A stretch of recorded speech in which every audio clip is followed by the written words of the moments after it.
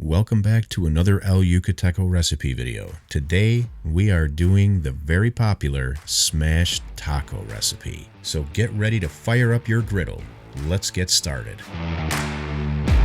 We'll start by preparing our meat for this recipe. We'll be using 80-20 ground beef in 3 to 4 ounce size portions with a touch of your favorite taco seasoning. Next, just gather all of your favorite taco toppings and definitely don't forget your favorite El Yucateco hot sauce. We'll be using an outdoor griddle for today's recipe, but you can also do this in a frying pan. Preheat your griddle or pan to medium-high heat. Go ahead and get your patties on the cook surface. Now grab your favorite corn or flour tortilla, place that on top with some parchment paper in between, and smash that down for 10 seconds. This step is going to provide some amazing crust and flavor. We are now going to allow those to cook for approximately 2 to 3 minutes, and during that time, we're going to put some cheese on the top side of these tortillas.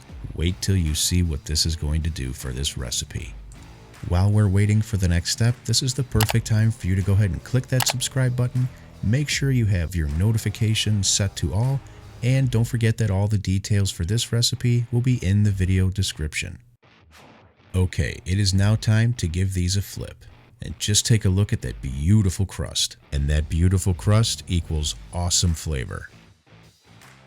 It's now time to add all your favorite toppings. Today I'll be using cheese, onion, cilantro, tomato, and the star of the show, the El Yucateco Red. This is going to add a ton of flavor with a little kick. Now that our ingredients are added, it's now time to fold these over and turn these into tacos. After you fold, hold each one down for just a few seconds to take shape. That beautiful caramelized cheese on the underside takes this recipe to the next level.